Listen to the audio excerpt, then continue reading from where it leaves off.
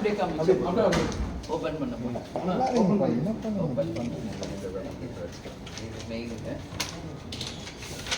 விருதாச்சலம் வேண்டிய அத்தனையும் இதில் இருக்கு. இதாங்க விருதாச்சலம் தொகுதிக்கு வேண்டிய மொத்தம் கோரிக்கைகள் வச்சிருக்கேன்.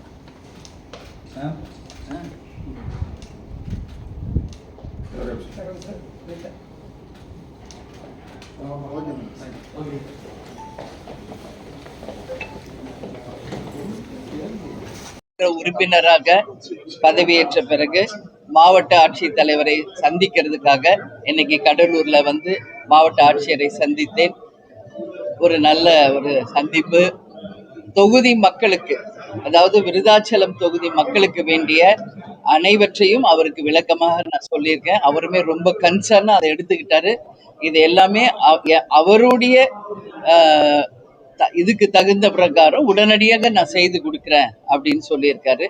சில விஷயங்கள் கவர்மெண்ட் முடிவெடுக்கணும், அது நான் வந்து சட்டசபையில முதல்வரையும் அவைத்தலைவரையும் சந்தித்து நான் பேசுறேன்னு சொல்லியிருக்கேன். அதுல ஃபர்ஸ்ட் ப்ரியாரிட்டி விருதாச்சலத்தை மாவட்டமாக அறிவிக்க வேண்டும் என்றதை சொன்ன அவரும் அது ரொம்ப நாள் இருக்கு, அது கண்டிப்பா நம்ம பண்ணலாம் அப்படின்னு சொல்லியிருக்காரு. ரெண்டாவது, விருதாச்சலம் முழுக்க கால்சியம் டெபாசிட்னால அந்த கிட்னி பாதிப்பு இருக்கிறதுனால கூட்டு குடிநீர் திட்டத்தை நம்ம வந்து வலியுறுத்தி இருக்கோம். எந்த தொழிற்சாலைகளுமே இல்லை விருதாச்சலத்துல, அதனால இருக்கின்ற அந்த பீங்கான் தொழிற்சாலையை மேம்படுத்தி அதன் மூலம் நிறைய பேருக்கு வேலை வாய்ப்பையும் அதே போல அந்த காலேஜ் இன்னும் மேம்படுத்தணும்னு நான் கேட்டிருக்கேன். அப்புறம் மரவள்ளி கிழங்கு, சோளம் இது போன்றவை விளையிறதுனால அந்த மரவள்ளி கிழங்கை ஒட்டி ஒரு தொழிற்சாலையும் இளைஞர்களுக்கு வேலை வாய்ப்பை உருவாக்குறதுக்காக கேட்டிருக்கோம். அது மட்டும் இல்லாம பேருந்து வசதி, ரோடு, லைட்டு, இந்த மாதிரி அத்தியாவசிய தேவைகள் தொகுதி முழுக்க இருக்கின்ற இடங்களுக்கு கேட்டிருக்கோம். பட்டா நிறைய ஊர்ல கிடையாது, அந்த பட்டா வந்து உடனடியாக வழங்கணும்னு நான் கேட்டிருக்கேன். அதை உடனடியாக செய்கிறேன் அப்படின்னு அவர் ஏற்றுக்கொண்டார். இது போன்று அப்புறம் விருதாச்சலம் அப்படின்னாலே விருதகிரீஸ்வரர், அது வந்து மிக பிரசித்தி பெற்ற 2000 ஆண்டுகளுக்கு முன்னாடி ஒரு கோவில். திருவண்ணாமலை மாதிரி அது ஒரு ஆன்மீக சுற்றுலாத்துறையாக மாற்றணும்னு சொல்லி கேட்டிருக்கோம். கண்டிப்பா அதுவும் பண்ணலான்னு சொல்லியிருக்காங்க. ஏன்னா பௌர்ணமி நேரத்துல அந்த கோவிலை சுத்தி ஒரு கிரிவல பாதையும் அதுக்கு வேண்டிய டாய்லெட் வசதி, தெரு விளக்குகள், குடி தண்ணீர் இது போன்றது வேணும்னு கேட்டிருக்கு. கண்டிப்பா பண்ணலான்னு சொல்லியிருக்காருங்க. ஸோ இந்த மாதிரி முக்கியமான விஷயங்கள் எல்லாமே நான் டிஸ்கஸ் பண்ணியிருக்கேன். கண்டிப்பாக செய்கிறோம் என்று ஆட்சியர் சொல்லியிருக்காரு. அதனால மாவட்ட ஆட்சியர் வந்து இன்னைக்கு அவரை சந்தித்தது ஒரு ஆரோக்கியமான ஒரு விஷயமா நான் பார்க்குறேன். இப்போ ஒரு முக்கியமான மீட்டிங்ஸ் வரும்போது நான் வரேன். மற்ற நேரங்களில் எங்கள் மாவட்ட செயலாளர் வந்து கலந்து கொள்வார் என்பதையும் நான் சொல்லியிருக்கிறேன். இது போன்ற ஒரு நல்ல ஒரு கலந்துரையாடல் அவருடன். பிரதான பிரச்சனையா வந்து குடிநீர்ல வந்து கால்சியம் கலந்ததுனால கிட்னி பாதிப்பு இருக்குன்றீங்க. எவ்வளவு பேர் இருக்கிறது தொகுதியில் ஏதாவது ஆய்வு பண்ணப்படுதா? குறிப்பாக மருத்துவ சிகிச்சைக்கு சிறப்பு ஏற்பாடுகள் ஏதாவது செய்யப்படுறதா? நீங்க தலைநகரமா கேட்கிறீங்க, அங்க மருத்துவமனையே சரியில்லைன்னு தொடர்ந்து குற்றச்சாட்டு இருந்து வருகிறது.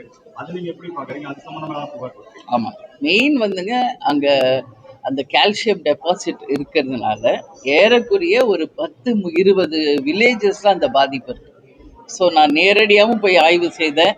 நிலத்தடி நீரை எடுத்தும் அங்கே ஆய்வு செய்தோம். அதில் இருக்கிறது உறுதியாகப்பட்டிருக்கிறது. அது நம்மளுடைய மாவட்ட ஆட்சியரிடம் சொன்ன அவரும் அதை ஏற்றுக்கொண்டார். கண்டிப்பாக இது மாதிரி ஒரு கம்ப்ளைண்ட் தொடர்ந்து வருது, உடனடியாக கூட்டு குடிநீர் திட்டத்தை நம்ம கொண்டு வருவோம் சொல்லியிருக்காங்க. ஹாஸ்பிட்டல் நான் எதுக்கு சொன்னேன்னா, இந்த மாதிரி பாதிக்கப்பட்டவங்களுக்கு டயாலிசிஸ் அங்கே நடக்குதுங்க. அந்த பேஷண்ட்ஸையும் நான் போய் பார்த்தேன். அதுக்கு வேண்டிய ஸ்கேன் மெஷின்ஸு, அதே போல அந்த டயாலிசிஸ் மெஷின்ஸ் இன்னும் நிறைய வேணுன்றதும், ஆர்ஓ வாட்டர் எங்க பார்த்தாலும் ஆர்ஓ வேணும்னு கேட்டிருக்கோம். அது வந்து ஃபில்டர் ஆகி வரும்போது அட்லீஸ்ட் அந்த பாதிப்புகள்லாம் குறைக்கலாம். இந்த எல்லாமே அவர்கிட்ட நான் சொல்லியிருக்கேன். குடி தண்ணீரை பற்றி நிறைய கிராமங்கள்ல தண்ணீர் இல்லாத இடங்களுக்கெல்லாம் வந்து டேங்க்ஸ் அமைத்து கொடுத்து குடி தண்ணீரையும் தரணும்னு சொல்லியிருக்கோம். என்எல்சியை சுற்றி இருக்கிற அந்த ஏரியாவுக்கு என்எல்சி அவர் சேர்மனை பார்த்து அந்த கோரிக்கையும் அவர்கிட்ட நம்ம வச்சிருக்கிறோம். இது போன்ற தண்ணிக்கு மட்டும் இவ்வளவு தூரம் நம்ம எடுக்கிறோம், கண்டிப்பா பண்ணலான்னு சொல்லியிருக்காரு மாவட்ட ஆட்சியர். நீங்க பார்த்திருப்பீங்க, திடக்கழிவுகள் மேலாண்மை நான் போய் நேரா போனேங்க. அதாவது டெய்லி கலெக்ட் பண்ற அந்த கழிவுகளை எப்படி தரம் பிரித்து, பிளாஸ்டிக் கழிவுகள் தனியா, மக்குற குப்பை தனியா, மக்காத குப்பை தனியா பிரிச்சு அதை எப்படி வந்து நம்ம செக்ரிகேட் பண்றோன்றத பார்த்தோம். இப்பவும் உங்க பிரஸ் மீட் முடிச்சுட்டு நான் எங்க போறேன்னா, மணிமுத்தாறுல இருந்து எங்கெல்லாம் குப்பைகள் கொட்டி இருக்கோ அதை ஆய்வு செய்ய போகிறோம். இனிமேல இதை ஒரு சிஸ்டமேட்டிக்கா கொண்டு வந்து நகராட்சியில சேர்மேன், கமிஷனர் எல்லாரையுமே நான் அழைச்சிட்டு போனேன். போயிட்டு இவ்வளவு தூரம் குப்பைகள் இருக்கு, ரோட்ல இருக்கு, கழிவுகள் இருக்கு, இதையெல்லாம் வந்து ஒரு சிஸ்டமேட்டிக் பண்ணணும் அப்படிங்கிறப்போ அங்க இருக்கின்ற அந்த லாரிகள், அதாவது குப்பை அள்ளுற லாரி எல்லாம் ரிப்பேர் ஆயிட்டு இருக்கு. ஸோ புதுசா டெண்டர் விட்டு நிறைய வெஹிக்கிள்ஸ் ரெடி பண்ணி அது மூலம் கலெக்ட் பண்ணி அதை வந்து தரம் பிரிக்கும் போது இந்த குப்பை கழிவுகளை நம்ம ஒரு சிஸ்டமேட்டிக்கா கொண்டு வர முடியும். இன்னைக்கும் வந்து நான் வந்து இது என்ன ஏரியா, ஒரு குப்பை கழிவு பார்க்க போறோம், கண்டியாங்குப்பம். அங்கதான் அங்க பெரிய அளவுல அந்த குப்பை பிரிக்கிறாங்க. அங்க இன்னைக்கு நான் ஆய்வுக்கு போறேன்.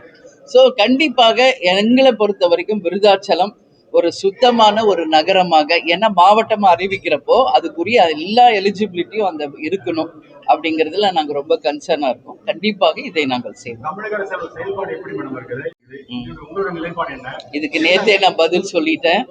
ஏன்னா ஓட்டு போட்ட மக்கள் தான் உங்க கேள்விக்கு பதில் சொல்லணும்.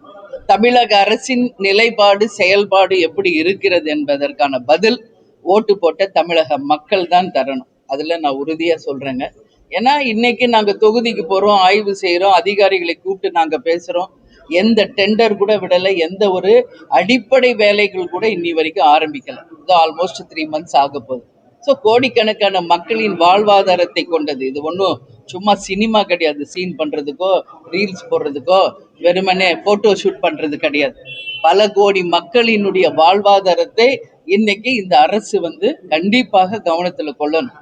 அதனால நிச்சயமாக இது நல்ல அரசா இல்லையா என்ற கேள்விக்கு பதில் ஓட்டு போட்ட மக்கள் தான் சொல்லணும். மக்கள் தீர்ப்பு தான் மகேசன் தீர்ப்பு. நாங்களும் பொறுத்து இருக்கிறோம், என்ன செய்யறாங்க என்பதை பொறுத்திருந்து பார்ப்போம். அதனால இன்னும் என்னுடைய பதில்கள் இதை குறித்து இன்னும் அடுத்த சட்டசபை கூடியதுக்கு பிறகு நான் கண்டிப்பாக சொல்றேன். தமிழக முதலமைச்சர்கிட்ட தமிழ்நாட்டில் உள்ள பெரும் பிரச்சனைகள் பற்றி பேசுறதுக்கான திட்டம் எடுக்கிறா, என்னென்ன கோரிக்கைகள் முன்வைக்க திட்டமிட்டு? நான் சட்டசபையில பேசுறது நீங்க எல்லாருமே பார்த்துருப்பீங்க. வெறும் விருதாச்சலம் தொகுதிக்கு மட்டும் கிடையாது, எல்லாத்தை பத்தியும் தான் நம்ம பேசிட்டு இருக்கோம். அப்படி பார்த்தா இன்னைக்கு ஒகேனக்கல்ல ஆகஸ்ட் 1 நாங்க மாபெரும் ஒரு ஆர்ப்பாட்டத்தை வச்சிருக்கோம் விவசாயிகளுக்காக. இன்னைக்கு வரைக்கும் காவேரியில தண்ணி விடல. மேகதாது அணை கட்டுவோம்னு அவங்க போல்டா சொல்றாங்க கர்நாடகா. நம்ம அரசு என்ன பண்ணுது? அது மட்டும் கிடையாது. இன்னைக்கு நேத்து பாத்தீங்களா, எல்லாம் அரிசி விலை ஒரு கிலோ அரிசி 40-50 ரூபாய் வரைக்கும் உயர்ந்து போயிட்டு இருக்கு. 1 டன் அரிசி நேத்து மட்டும் 15,000 ரூபாய் உயர்ந்திருக்கு. அப்போ மக்கள் நம்பி இருக்கிறது அரிசி. இன்னைக்கு அரிசிக்கே இந்த நிலை என்றால் விலைவாசி உயர்வு எப்படி போகும்? இதெல்லாம் நேத்தே நான் பதில் சொல்லியிருக்கேன். So government should take action. அவங்க தான் இதை பத்தி சிந்திக்கணும். வெறும் சினிமா பார்த்துக்கிட்டு தியேட்டர்ல உட்காந்து அழுதுகிட்டு சீன் ஓட்டுறது கிடையாது. இன்னைக்கு பல கோடி மக்கள் வாழ்வாதார பிரச்சனை. அதனால எல்னினோன்னு ஒண்ணு வரப்போகுது. அது மட்டும் கிடையாது, இன்னைக்கு வறட்சி நோக்கி போயிட்டு இருக்கோம். இன்னைக்கு வரைக்கும் தண்ணி இல்லை, நம்ம தமிழ்நாடு மழை இல்லை. இன்னைக்கு ஜூலை எண்ட் ஆக போது, இது வரைக்கும் மழை இல்லை. ஸோ எதை நோக்கி நம்ம போயிட்டு இருக்கோன்றது தான். விவசாயிகள் நல்லா இருந்தால் தமிழ்நாடு நல்லா இருக்கும். அதனால இந்த பஞ்சம், வறட்சி, விலைவாசி உயர்வு இல்லாமல் காக்க வேண்டியது மத்திய மாநில அரசுகளின் கடமை. நேத்து பாருங்க, ஒரு லாக்டவுன் படுகொலை மறுபடியும் தூத்துக்குடியில நடந்திருக்கு. இதெல்லாம் மிக மிக கண்டிக்கக்கூடிய ஒரு விஷயம். தொடர்ந்து திருநெல்வேலி, தூத்துக்குடி, நாகர்கோயில் இது மாதிரி தொடர்ந்து லாக்டவுன் படுகொலைகள் நடந்து கொண்டிருக்கு. தேமுதிக சார்பாக கண்டன அறிக்கைகளை நாங்கள் கொடுக்குறோம். எங்க மாவட்ட செயலர் நேராக போய் சந்திக்கிறாங்க. நான் நேரடியா அவங்களோட பேசிக்கிட்டு இருக்கேன். இது வந்து தடுக்கப்பட வேண்டும். எந்த காவல்துறைக்குமே வந்து ஒருத்தரை அடிச்சு கொள்கின்ற எந்த சட்டத்திலும் கிடையாது. கூப்பிட்டு போனா விசாரிங்க, அவங்கள கோர்ட்ல ஒப்படைங்க, அவங்க கொடுக்கட்டும். தப்பா இருந்தா அவங்க பனிஷ்மெண்ட் கொடுக்க போறாங்க. அடிச்சு கொள்ற உரிமை இங்க யாருக்குமே கிடையாது. இது கண்டிக்கக்கூடிய விஷயம். ஏதோ காவல்துறையை வந்து நம்ம பாதுகாக்க தான் போட்டிருக்கோம், அடித்து கொள்றதுக்கு யாரையும் போடல. அது வன்மையாக நாங்க தேமுதிக சார்பா கண்டிக்கிறோம். அதான் நேத்து கூட நான் அறிக்கை கொடுத்திருக்கேன். வேலியே பயிரை மேய்த கதையா இருக்கு. இனி இது தொடரக்கூடாது என்பதையும் இந்த நேரத்தில் நான் உறுதியாக சொல்றேன். டெல்லியிலும் தமிழ்நாடு மாணவர்கள் போராட்டம் கிட்டதான் இந்த பதில் கேட்கணும். எங்களை பொறுத்த வரைக்கும் மக்கள் எதை விரும்புறாங்களோ அதை தான் சட்டமா கொண்டு வரணும். நீட் வேணான்னு ஒட்டுமொத்த இந்தியாவே சொல்லும்போது நீட் அபாலிஷ் பண்ணுங்க. எதுக்கு அப்படி ஒரு போராட்டம் பண்ணி அது கொண்டு வந்து என்ன பண்ண போறீங்க? மக்களுக்காக தான் இங்க எந்த ஒரு சட்டமும் சரி, எந்த ஒரு ஸ்கீமும் சரி. மக்களை ஏத்துக்கலன்னா அந்த ஸ்கீம் எதுக்குன்றதுதான் தேமுதிகவின் நிலைப்பாடு. அதனால மக்கள் என்ன நினைக்கிறாங்களோ அதை தான் மத்திய மாநில அரசுகள் கன்சர்ன்ல எடுத்துக்கணும்னு நான் கேட்கிறேன். அதனால அவங்க அவங்க உரிமையை நிலைநாட்ட அவங்க ஆர்ப்பாட்டம் பண்ணிட்டு இருக்காங்க. அவங்கள உரிய முறையில விளக்கம் கொடுத்து என்ன அவங்கள ஒரே ஒரு மினிஸ்டர் ரிசைன் பண்ண சொல்லி கேட்கிறாங்க. என்ன பண்ணா என்ன? ஆமா தவறு நடந்துருச்சு, இல்ல ஒரு மன்னிப்பு கேட்கணும். எதுவுமே சொல்லலைன்றதுனால தான் இந்த போராட்டம் பெருசா போயிட்டு இருக்கு. இது நிச்சயமாக ஏற்றுக்கொள்ள முடியாதுங்க. அதனால மக்கள் பக்கம் தான் தேமுதிக நிற்கும். இப்ப நீங்க சொல்லும் 15 ரூபாய் அதிகாரிகள் தரோம், அங்க இருக்கிற கூலி தொழிலாளர்கள் தரோம், அதன் பிறகு கரண்ட் மின்சாரம் பக்கத்துல அருகில் இருக்கிற கோயிலையோ வேற எங்கேயோ எடுக்கிறோம். இதுக்காக தான் அந்த 50 ரூபாய் வாங்கணும்னு சொல்லிட்டு ஒரு நியாயப்படுத்துறாங்க, லஞ்சத்தில் நியாயப்படுத்துறாங்க, அதுக்கு ஒரு போராட்டம் நடத்துறாங்க. ஆனா இந்த அரசு நாங்க தூய்மையான அரசு, லஞ்சத்தை தவிர்ப்புன்னு சொல்றாங்க. ஆனா இது வரைக்கும் அது பெரிய நடவடிக்கை இல்லை. இப்ப 717 மதுபான கடைகளை மூடுவோம்னு சொன்னாங்க. எத்தனை மூடி இருக்கு உண்மையில் எத்தனை மூடி இருக்கு? ஒரு பக்கம் மூடிட்டு இன்னைக்கு பாரோட பல இடத்துல டாஸ்மாக் கடைகள் வேற ஒரு ரூபத்துல வந்துகிட்டு இருக்கு. இன்னைக்கு தமிழ்நாடு முழுக்க மின்சாரமே இல்லை, பல இடங்களில் மின்வெட்டு. இன்னொரு பக்கம் பார்த்தா மின் கட்டண உயர்வு. ஆனா அவருடைய கோரிக்கை செகண்ட் கையெழுத்தே இவ்வளவு யூனிட் மின்சாரம் ஃப்ரீயா தரும்னு சொல்றாங்க.